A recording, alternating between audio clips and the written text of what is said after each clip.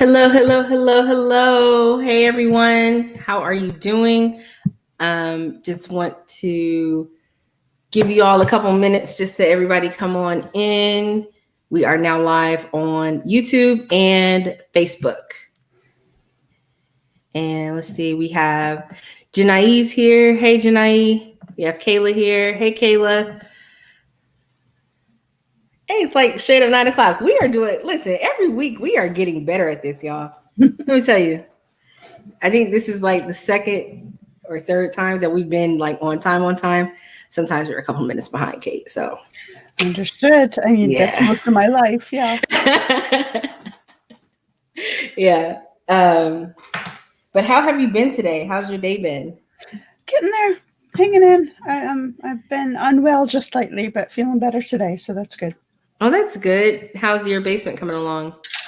They're supposed to paint it tomorrow, and They're already at the painting stage. Yeah, apparently Oh. once the owner figured out that there was a problem with the contractor got fired, and the owner has gotten stuff done. So that's very exciting. Oh, yes. So pretty soon you'll be back in your studio. Yes, I'm very excited. That's, oh, goodness. I can only imagine. Lynette's here. Hey, Lynette. So today we have Kate from Ignorance Was Bliss podcast. And I am so excited. If you watch the episode, you know what we're talking about, the illusion of motion, having the ability to, or thinking about having the ability to move out of your one little corner into various spaces, whether it be at home, whether it be in your city, and how that kind of has been kind of taken away from us, like during this pandemic, where we don't have that freedom to just move about the country. So hey, Rachel. Hey. So hey, everyone. Thank you so much for tuning in to another live with Take Up Space podcast. I am your host, Leah. Kayla is in the comments. Unfortunately, she cannot join us today. But I appreciate her definitely for being here. I wanted to give her a shout out. This is Kate from Ignorance Was Bliss podcast. Be sure, if you haven't already, to give her a follow. All her socials, very simple. It's IWB podcast on all social media. Can you tell us a little bit about what your podcast is about and what they can look forward to listening to your episodes? Ooh, a little bit, maybe. I know it's changed over the years a little bit. Yeah. Well, and it's just scattered all over. So I'm a forensic psychologist, and I started it as a true crime sort of show, not so much narrative true crime. I've worked with criminals, and I've seen the crime scene photos and that sort of thing, and so I don't really need to wallow in that anymore. But I would hear a lot of questions, because that was, you listen to what you know, right? And so I would listen to a lot of true crime podcasts, and I would hear them ask questions. Why was this person not found not guilty by reason of insanity? Or what does it mean that they were schizophrenic? Or, those sorts of things. And I would be sitting on my couch because I broke my back in 2014. And so I've been on disability, and I'd be listening all alone in a quiet house. And they'd ask these questions, and I'd be like, oh, I know, ask me. 6 months after they'd recorded, right? And so it wasn't all that useful. And I decided I'm going to start my own show. And I figured, 10 episodes, 20 max, and I'll be done. I just want to answer a couple of questions about that and explain some of that. So I started very true crime. And then after like 60 episodes or so, I kind of got tired of wallowing again, or I felt like I was being pulled back into a darker space in a very like murder porn, tragedy porn sort of space that I don't like. Oh, yeah. Like I feel like there's too much rubbernecking going on in the world, and we forget that there are real people involved on all sides. And so I ended up drifting more into, I tell people I just collect stories, and if you want to tell me your own personal story, or, if you want to talk about, a crime story, I can do that. I wanted to open the boundaries of what people can do. And so that's sort of what my show is. And sometimes it is very sort of topical and focused, and other times it's pretty random. Depends on who comes on. That's pretty cool. So how long have you been podcasting? Almost 3 years. 3 years. I know I'm like an old podcaster now. I'm like 3 months in it and just like, oh, okay. We have some more people join the chat. We have, hey, Tamara. Hey, Mike. Hey, Ruby. So the first question that we have to the audience today, if you listen to the episode, of course, we were talking about the amount of space needed and how we have been kind of deprived of that since the pandemic. So, first question is scale of 1 to 5, 5 being very important, 1 being not so much. How important is having your own space? And I'll let you answer first, Kate. I mean, for me, I think I would say conditionally a 5, but it depends on how you define space. How would you define space? You know, you don't necessarily need a ton of square footage. Mm-hmm. I have 4 children, which is entirely too many. Like, don't do that. But I have 4 kids, and right now we're in the middle of a basement remodel, and so I have less space than usual because we don't have the basement to spread out in. Mm-hmm. But over time, we've had apartments with, 1 or 2 bedrooms. And so sometimes we're all sort of stacked up like logs, and we make it work. And that's fine as long as you kind of feel comfortable either sharing the space or you have different times. Like, so I would stay up later maybe than my husband so that I would have some time that was just my own and my own space and to be in my own head without feeling like I was ignoring anybody. Yeah. I think that was super important. I think that, or having a commute count, I think, as having your own space. I would say so. I need that time to drive and just be in my own head. Yeah. And so it really kind of depends on just finding your space somewhere in the world. It's like being able, whether it's moving around or staying still, to feel. So I think it's super important, but the definition of what it means to have your own space changes person to person. I think it's true. Oh, Drake's here. Hey, Drake. Oh, I'm a beautiful person. Thank you. Accurate. Mike says 6. Why is 6, Mike? Why is that so important to have like your own space? Lynette says 5. Most definitely. I'm the type of person that gives so much that I have to have time to recharge. That's really important. And she said, yeah, it's super important. Yes. I personally, space means to me to have like my own breathing room to just like be away, like physically, be away mentally, be away emotionally, to have that time away from people. I don't need as much time as introverts because I recharge when I'm around a lot of people. And so, but when I have like my own, like you said, the commute, I don't have a commute anymore. So I can't just sit and listen to an album. I'm not able to do that because I'm just in the house, or being able to have a space outside of like just being in my bedroom, in the bed, being able to be in the loft, or being able to be in the living room, or being able to be in the backyard. Hi, Jocelyn. So I think that to me, space is, I like having my own space. I like being around people, but I like being able to just go away for a little bit and just some time to just, okay, I'm back. All right, cool. I just need like a day to just like not do anything with anyone, whether I want to sleep in. I don't need to be held accountable to anything. I don't want to be held to any standard. I don't want to do any of that. Mike says, and I keep saying Mike. Am I talking to Mike or am I talking to Vince? Because I know this is like y'all's shared profile. Because I need to clear my crowded head. Mm-hmm. That's, yeah, I feel you. I felt that. Yeah. I think that's really important. We get so stuck in what we think. We get so stuck in what we sit in our perception, everything, especially when we're around everybody else. And I don't know. I know some of my siblings are more quiet and I'm more talkative. So I don't have like a lot that's just being trapped in. But I know some people don't talk when they're around other people. So they have like a lot of stuff that they have to get out. Okay, cool. I'm talking to Mike. Okay, cool.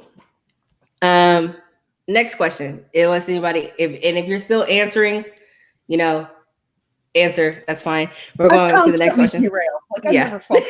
So just bring it. It's good. It's good. I'm going to talk for you here. It's fine. So since the start of the pandemic, have you been successful in creating your own space? Those who find your space to be super important, have you been, whether you have roommates or children or spouses or whatever the case may be, have you been successful in creating that space, however you define space? Whether it's taking a walk on a regular basis, whether it is, libraries are closed. What can you do in the pandemic, like, to get out of the house? Like, I don't know, because you can't go to a coffee shop. I mean, legit. You can kind of go to a park, I guess. If you have a front porch, or literally go sit in your car. Don't drive it anywhere. Just go sit in your car. I would go crazy. Have you seen Kicking and Screaming? No.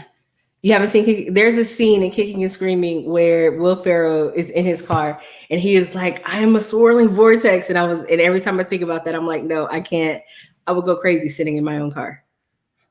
I mean, it's just a case of that's not ideal, but if it's all you got. That's true. Yeah.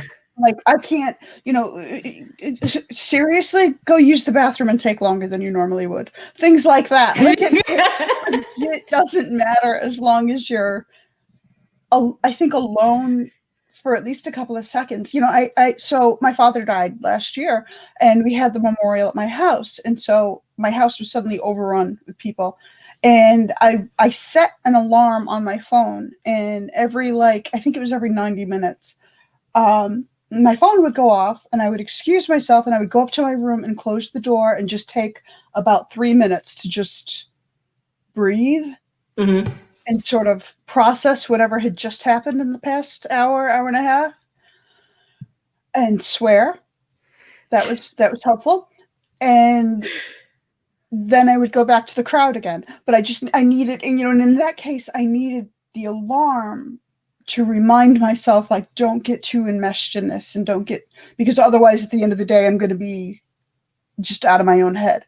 So, desperate times, desperate measures.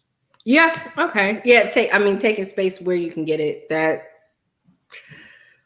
I don't know if I will be able to, I don't know if I'll be able to just have a memorial at my house. I don't like people. Like, I like people, but I like people in other environments. I don't want people in my space. I mean, my family is a kind of a disaster, and I needed my mother not to attend. Like, that was super important that my mother not attend.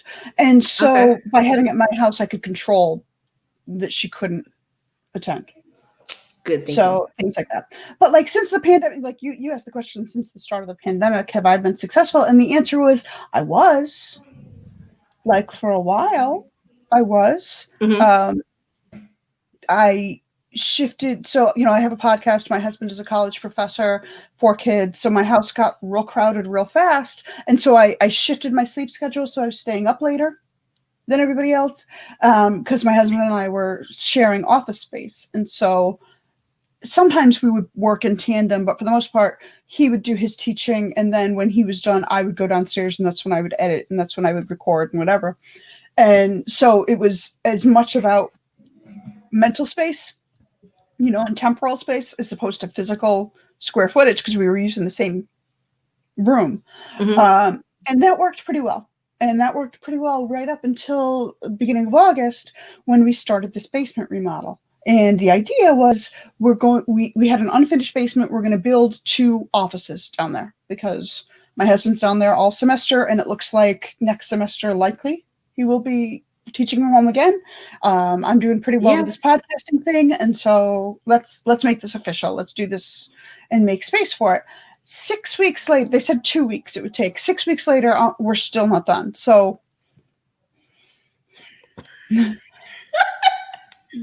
Yeah. I guess it's 8 weeks later now that I think about it. And so the moral is I've lost that because now we have no basement space because they're doing the work down there. Right. And I cannot sit on our living room furniture because it hurts my back. Mm-hmm. I can't use our dining room because my husband has set up his home office from there. And so when we talk about what space do I have, you're looking at it. Like, I'm in my bedroom. This is it. This is all of the space that I have right now. And it's been rough. It's been not good for my mental health. Even though I wasn't going anywhere, I wasn't going to coffee shops, I wasn't going to the library, Mm-hmm. I had that illusion of it that in my mind, just changing floors, eating on a different floor and, working from the basement as opposed to my bedroom felt different enough that I felt like I was moving around some. I felt like I was because I think that it's not just about having space, it's about moving. Like physically changing the four walls that are around you once in a while.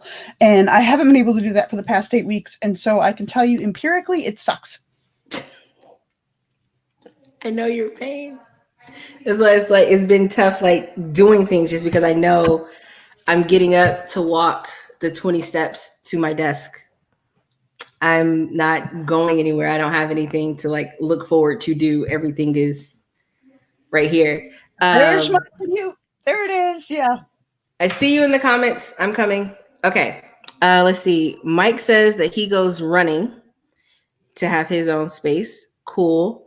How many miles did you do like today? 16? Where are we at right now? I feel like he's done maybe 16 miles today. Lynette says, yeah, I have too much space. So sometimes I have to leave my house to take random drives. No destination. It calms my mind. Driving used to be my thing. And now that there's no traffic, I just drive like, yes. But then it's like driving around the 485 is just a circle. So I don't really end up going anywhere and it just feels the same. I can only do that so many times. Kayla says, I'm the same way. Driving helps me out a lot. Yeah, I agree with that. Mike referenced the bathroom, spoken like a true parent of 4. I mean, Lynette says it's the best I can write a book from all the thoughts that I have while driving. But it's just like good to just like I don't even know how to describe it. Just driving, just getting out. Rachel says, did I say hi to you earlier? Yes, I did. I did speak to you earlier. I will look for all the space in the world when my girls are grown and out of the house. Yeah, that's true. Like keeping your girls close and, being next to them because they're little. So I can understand that. But right now, I tell my dog to just go sit down somewhere sometimes because I can't. Janae says, honestly, I don't really ever seek space, but I do appreciate it when I get it. My home life is literally what I pray for. And I like the closeness we have here. Yeah, that's about like creating that's what happens when you like create the space that you want. Like, and that's what we were asking, like, what does space mean to you?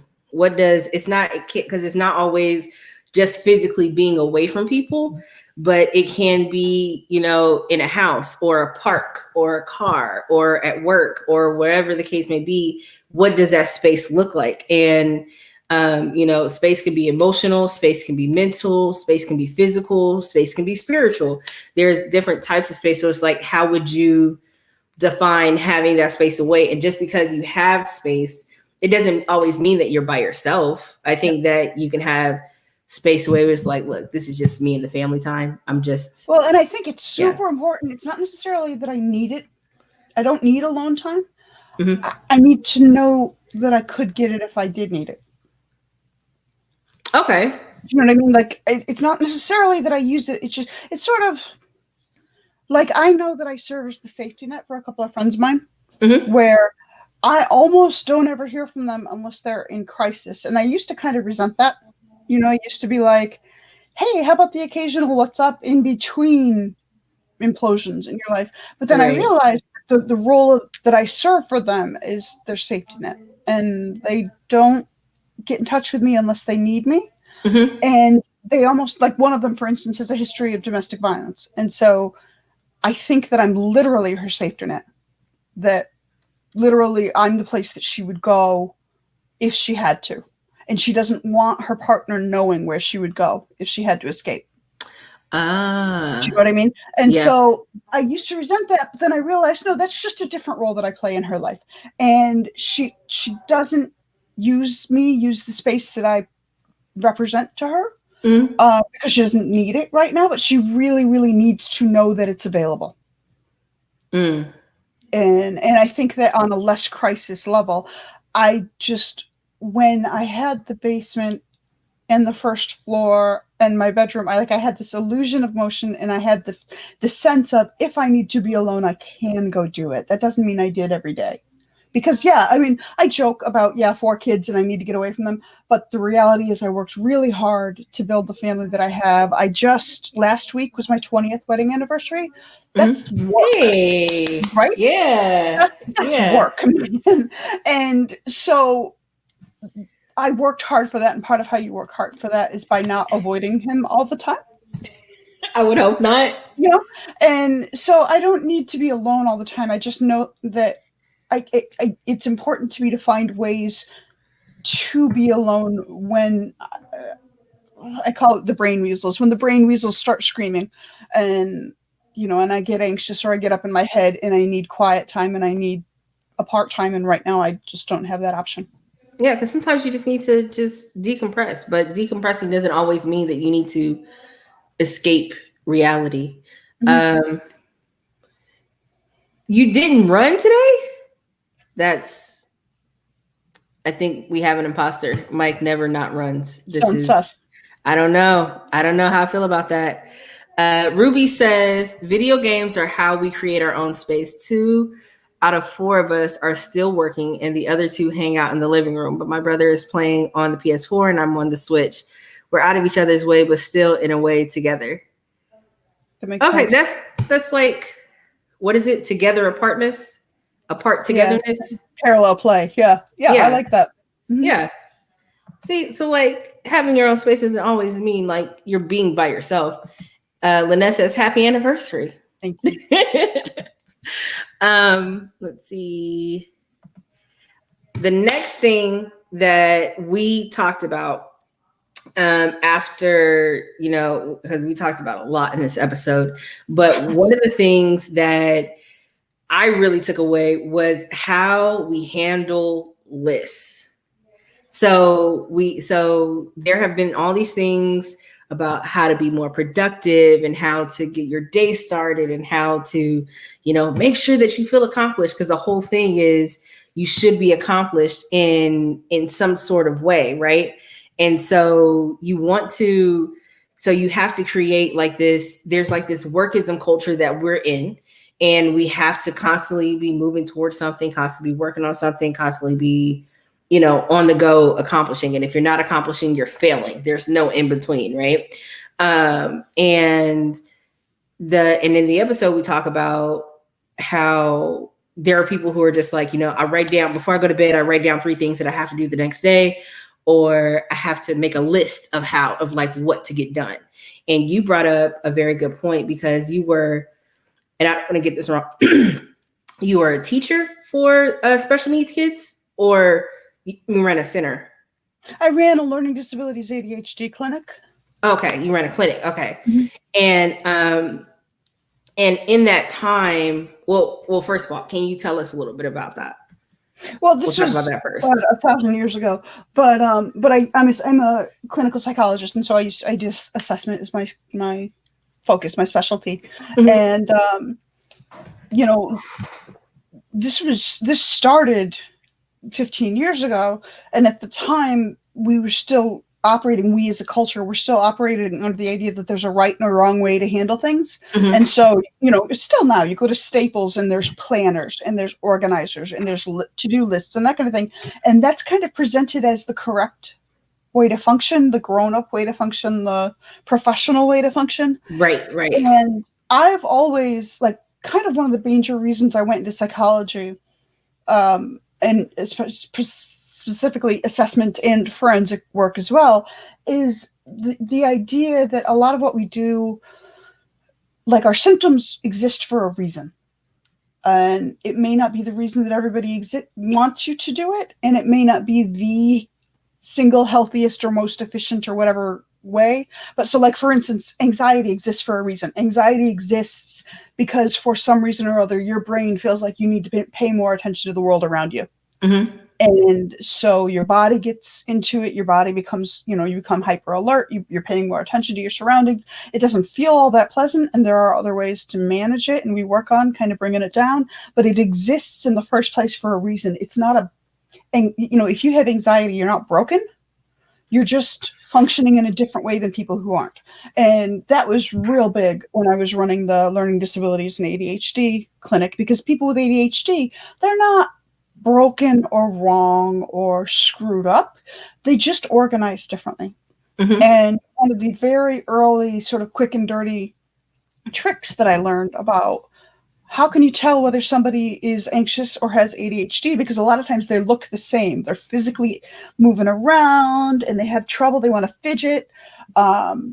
They don't function as well in school or work because they can't focus. They feel badly about themselves. There's a lot of similarities. And so a real quick and dirty way to tell them apart is I'll ask them, how do you like to-do lists? And if someone has anxiety, they often really like to-do lists because it kind of feels like I'm going to write down the things that need to get done, and I'm going to sort of encapsulate my day. And now it's contained. Okay. And now it's organized and it's in one place. And then I feel this incredible sense of accomplishment every time I get to check something off or cross it off. And I can remember those days when that worked for me. Mm-hmm.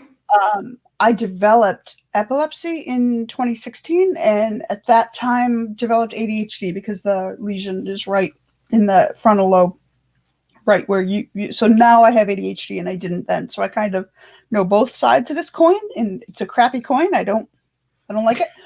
But so I used to function really well with lists. I used to love getting a new planner. Like that was the highlight of my year when I get to go school shopping. And then now I sort of dread it. I walk down those aisles and I can feel like, I don't like this, because people with ADHD have a hard time even writing the list in the first place. We have a hard time prioritizing. Right.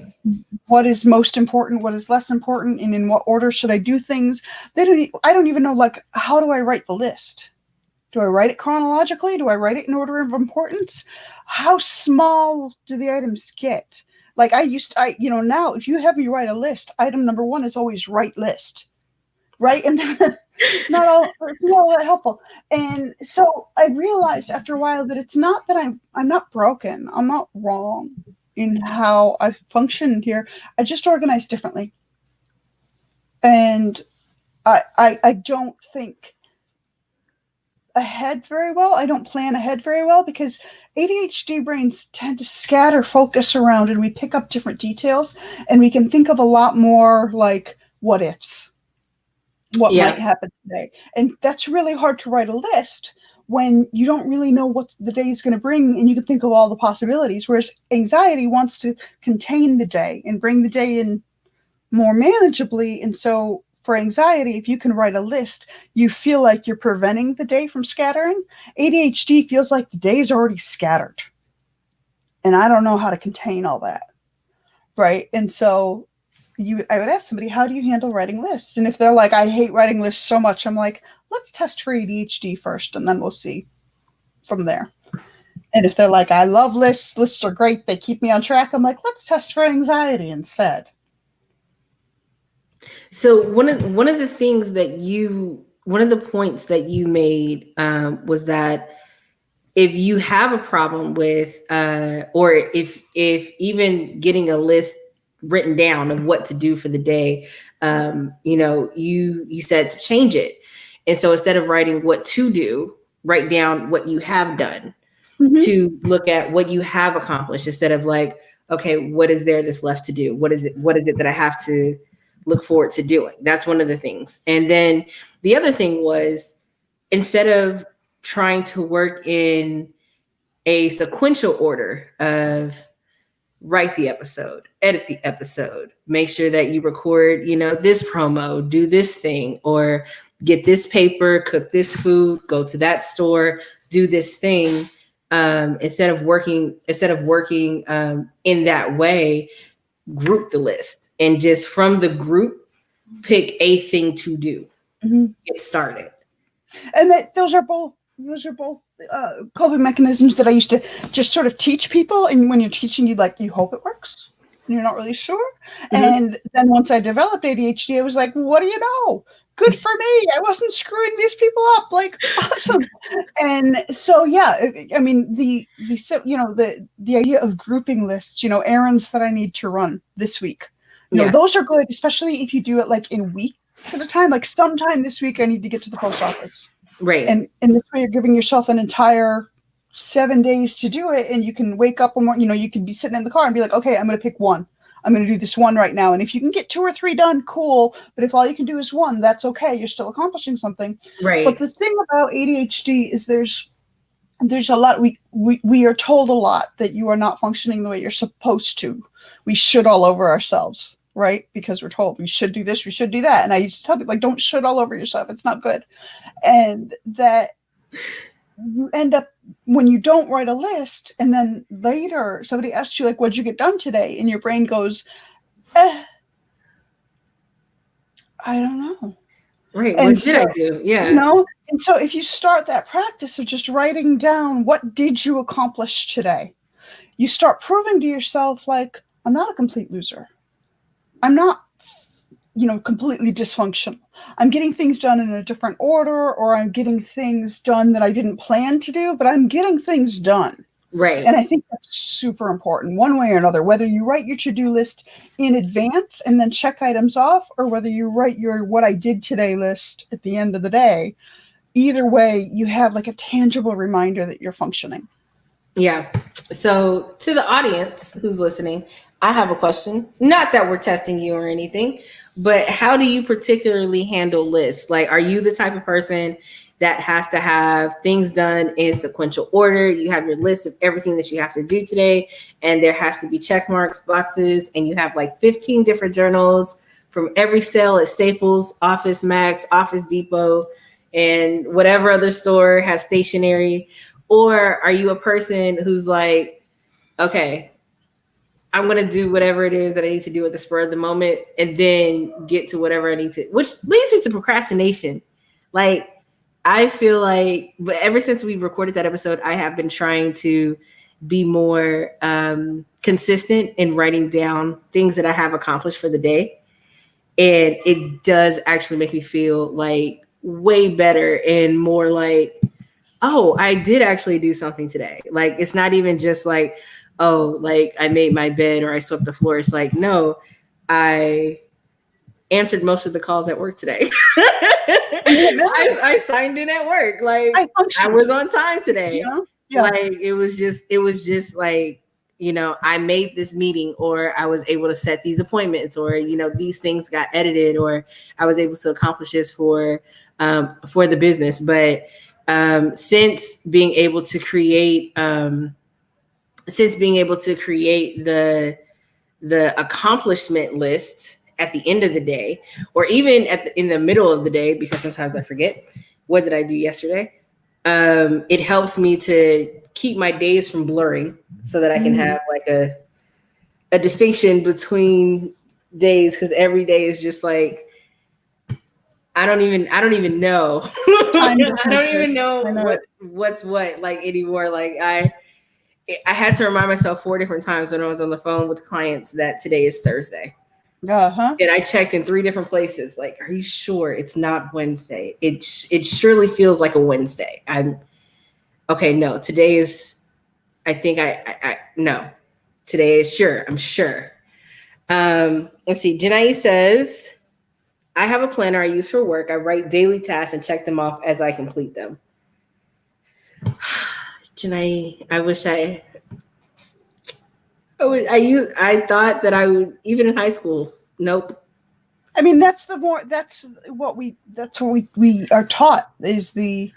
I want to do that. What I would call I'm neurotypical. You know, I just want y'all to know I have so many things written down here. You know, and that's there's nothing is done wrong with that. Like if you can function that way, like that's what we're told to do, and cool. I used to function that way, and I get it. I noticed that after I developed ADHD, I started buying more and more planners. Really? Because I wasn't finding the right journal. I wasn't finding the right planner. It's the planner's fault.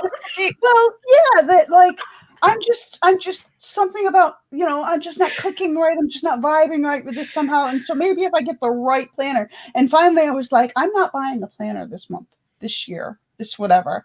Let's see how I function without one altogether. And so it's there's such a range of what's right for people. And if you can function that way, like respect. I'm telling you, I have so many show notes. It's ridiculous.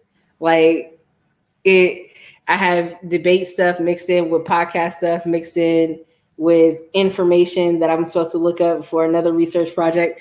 It's ridiculous. It's really ridiculous. Lynette says, I don't have lists, but I will say my phone calendar is full of things I need to do. Without my phone, I don't know where I would be. But to answer, to soothe my OCD tendencies, yes, they must be done in order and how I expect them to go. I am in recovery.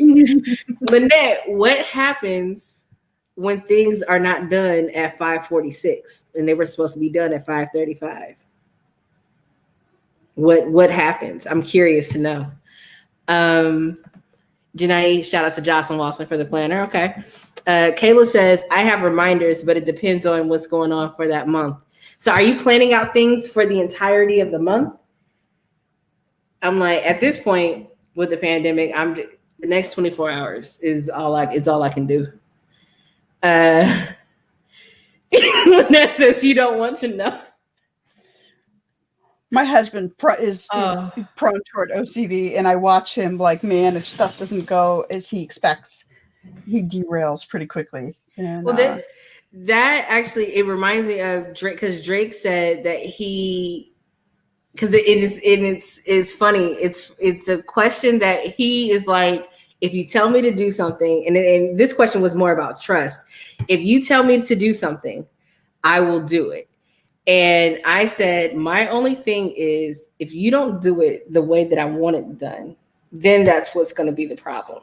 And we had this whole conversation about like, he said that he was like, yeah, if I ask my wife to move the car, I said, okay, I have a lot of questions though. When I move the car, do I move it across the street? Am I parking it behind the orange car? Are there street sweepers that are coming? Do I need to do it by a certain time? Do I need to put it back? Am I need to go to there's a lot of questions that I have to ask about how this thing gets done.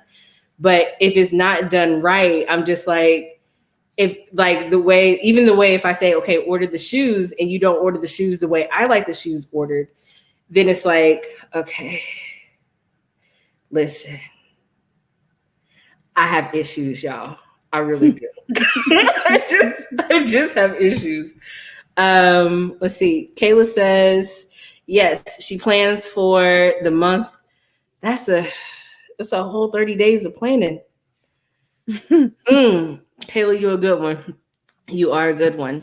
Jocelyn says, I have no planner and no plans. I just go with the flow.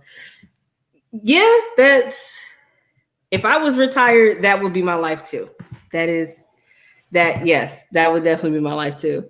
He says, what about your daily naps? Yeah, Jocelyn. Yeah, she does have daily naps. I have not been taking naps, and that's probably what's been bothering me.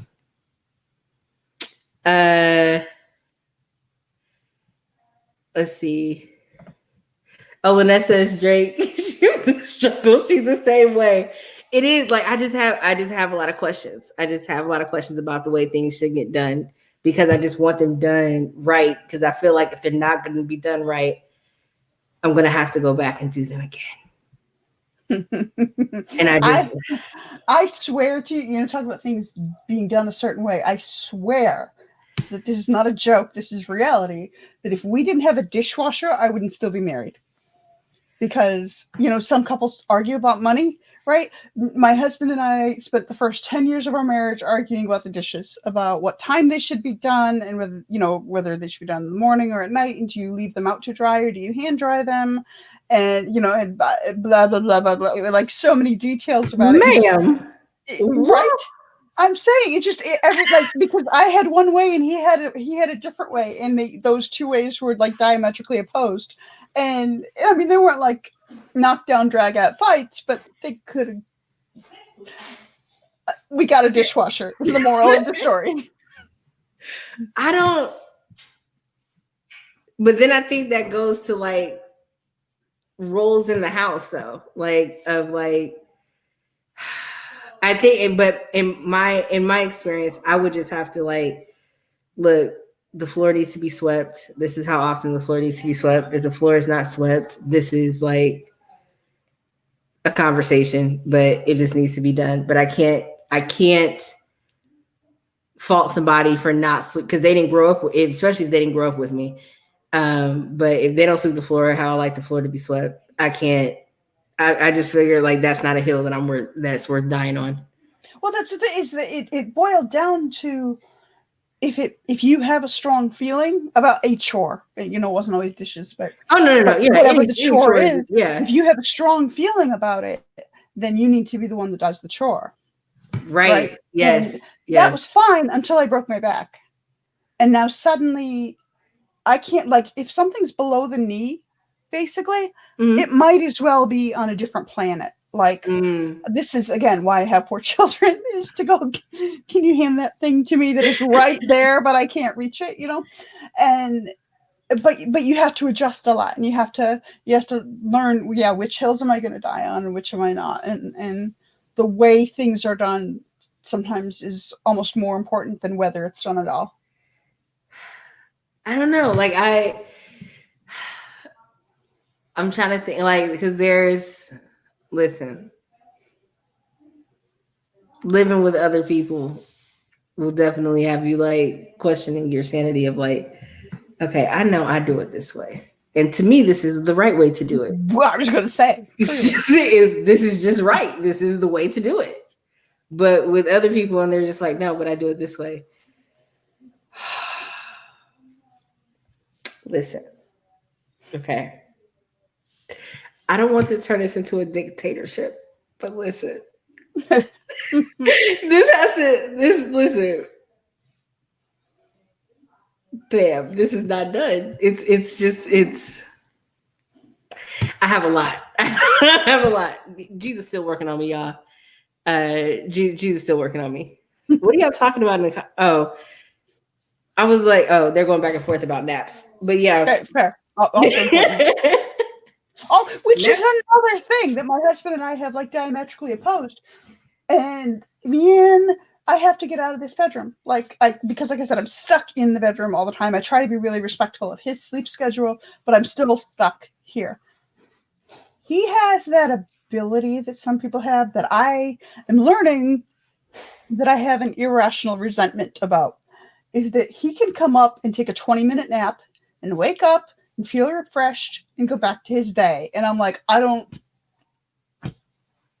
if I don't sleep for 2.5 hours, it's not a nap. And so I look at this, I look at him do this, and I don't understand. What is it? I'm trying not to diagnose him, but there's something wrong here. I am good. Like 20 minutes is a perfect amount of sleep. I don't understand this. Listen, I just need to look, and then you get a whole different half of your day. It's like another day. It's a 2-in-1. Now I have the energy. I don't want more days. I don't want more days. I have enough days. It's like this pandemic has been endless. I don't want more days in the pandemic. Oh, it's just a lot of time. Like, oh, yes, no, but the 20-minute naps, I don't need 2.5 hours of that's sleep. If anything over an hour is a sleep, you're not taking a nap. You're taking a sleep. 2.5 hours is what like toddlers take. That's when they go to sleep. That's this. I never nap. I never do, and it's because it just screws up my entire sleep schedule and like my way of life and way of life. My fundamental philosophy on human beings. Like I can't do it. So Kayla said 20 minutes. Hold on, let me see. 20 minutes is not a nap.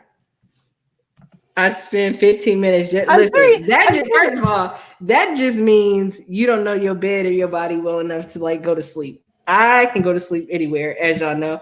I've said on this live many times. I go to sleep in church. I go to sleep at different functions. If I sit still for too long, and I'm just listening to somebody talk, I'm asleep. That's all it is. It don't take no time to get comfortable. Let's see. Naps. Lynette says naps. What's a nap? Once the sun is up, I'm up, no matter how tired I am.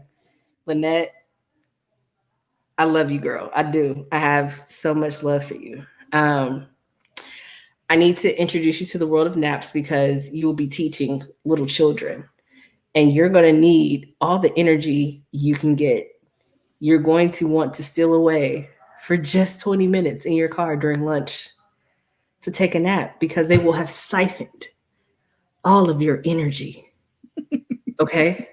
I need you to understand this and accept this because I love you. I work these little kids. Girl, you are going to need naps. I'm telling you, there is not enough coffee in the world to help you with these children. I don't know what it is about these children siphoning energy.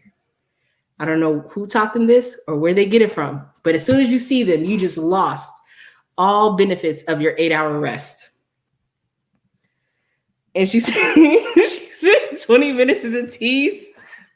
I mean, that's what I'm saying. It's just enough. It's just enough. It's just enough sleep. Just enough so your body can just go, disconnection. Okay, I'm back at it. See, okay, now, but I do have an exception, but it's not for sleep. It's for, like, if I'm trying to learn something new, when I started new jobs or when I was first learning how to podcast, things like that. But I remember the first time I did it, I was like, God, like 19 years old, and I worked at IBM. I worked on their help desk for a while, which don't do that.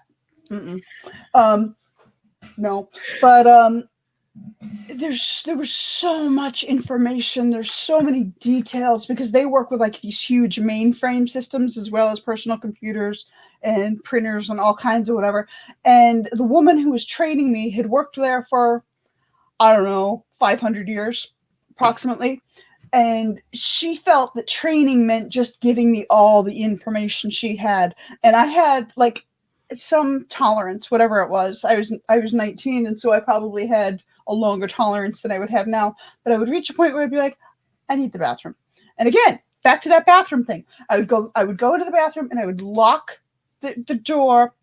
I would sit down fully clothed and just lean my head up against the side of the stall, and I wouldn't sleep, but I would just zone for like a solid 2 minutes of no noise, no information, just sort of this reset. And it wasn't napping because it's a bathroom. I don't want to nap in the bathroom. I'm not that desperate, but it was the stepping out. Like if I could have gone out to my car, I would have, but the way the building was set up, by the time I got there, I would have had to turn directly around to go back in. So the bathroom was the next best thing.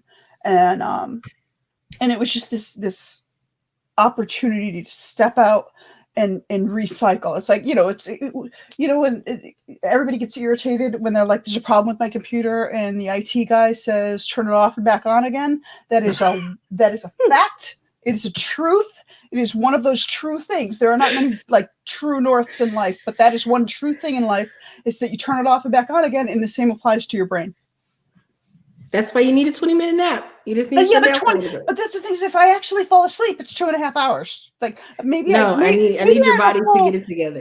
Maybe it's a full, but I have a full like mainframe system, and so it takes a long time to shut down and come back. Your whole okay. No, I'm just really quick. Like I know we're going into sleep mode. Kayla says, no, it's not. I need to make sure I spend at least 45 minutes in a deep sleep, and if I wake up or somebody wakes me up, I got to start all over. Kayla gets me. Okay, first of all, we're talking middle of the day, okay? Yep. Who needs deep sleep when you've already that was what you did last night. That's why you don't need another deep sleep. You just need a reset. No, I really like it. That's why I want to do it again. You don't need you don't need a deep. This is where you guys are going wrong. You don't need a deep sleep. You just need a smooth 20 minutes. Shut off, relax, come back on. It's fine. You know what's crazy is I can sleep for 20 minutes with no alarm. I wake up on time every time. I used to have it because a lot of people don't like alarms. They don't like waking up. It gives me anxiety. I always think I'm late. I wake up in a panic.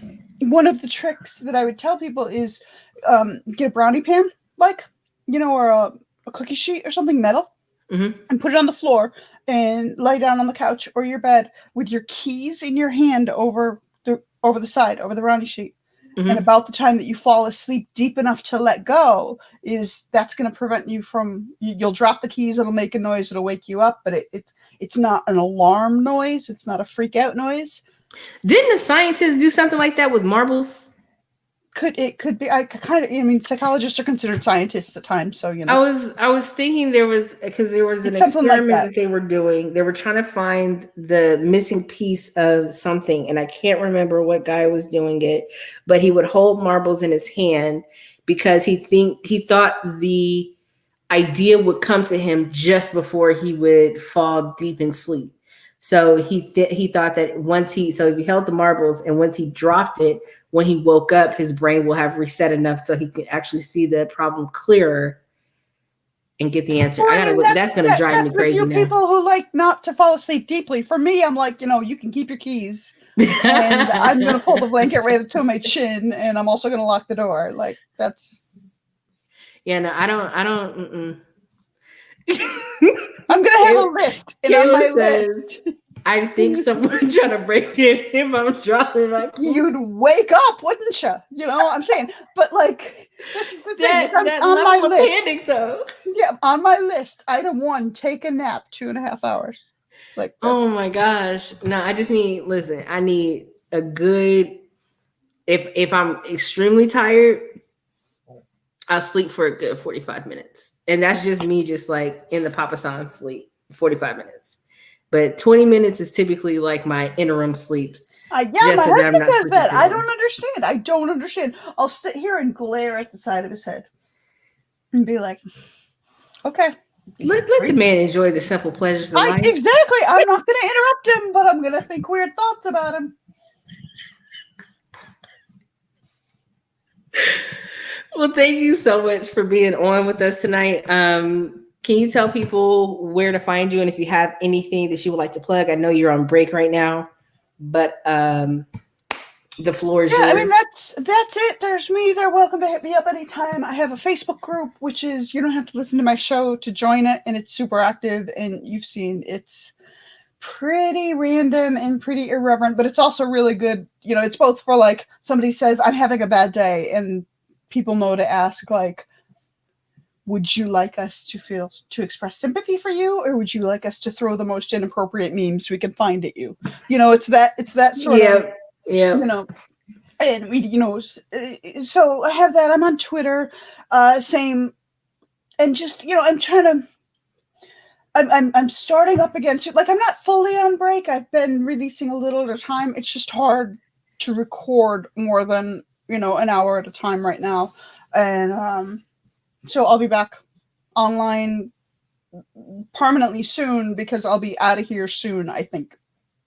Well, if they're in the painting process, you should be done hopefully by the end of November, rather. I mean, it should be within the next couple of days. The painting will be done. And then once the painting is done, they should be out. And it's just a matter of getting our stuff back out of storage. Hey. Yes. Love it. I love it. Kayla, what are you responding? Why are you tired at 10 a.m.? Extremely tired. Oh, that's it. I'm done for the day. And it could be 10 a.m. in the morning. And then you need 2.5 hours of sleep, and then you can start Kayla also works overnight, though. So 10 a.m., being tired at 10 a.m., I can see that just because you work overnight.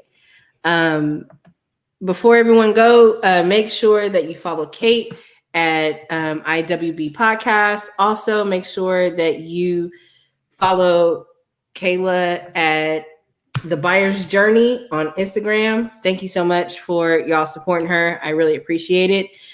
Thank you to everyone who came in. I'm going to go through the names in the comments. So if your name is not in the comment, put your name there so that I can actually shout you out. Thank you to Kayla. Thank you, Janai. Thank you, Jocelyn. Thank you, Lynette. Thank you, Rachel. Thank you, Tamara. Thank you, Drake, Mike, Ruby. And I think I got, did I say Rachel? Thank you, Rachel. Appreciate those who are listening, whose names are not in the comments. I wish I out. I don't know that you're here, but I appreciate you for watching. This has been another episode of a recap of Take Up Space Podcast. Please follow us on all social media at Take Up Space Pod. That's Take Up Space POD. Facebook, Instagram, Twitter. We come out with new episodes every Tuesday, and we go live every Thursday night at 8 p.m. Central. We move the time back a little bit just so that people can have time. Like Drake, he's not rushing in from work, you know, all that good stuff that he could be on. Thank you so much for tuning in. Make sure you see us next week. We're at 18 episodes, y'all. Like, hey, I'm really excited for episode 20. Kayla and I have something special for y'all. We will give you some hints like as the time gets close. Thank you so much, Kate. I really appreciate you for coming here and spending time with us. Y'all have a great one. Be good to yourselves. Make sure you create the space that you need, whether it be physical, emotional, mental, however you need it. Just even if it's going to the bathroom to get away from your 4 children, just to get some sanity, all that good stuff. Thanks, y'all. Y'all have a great one.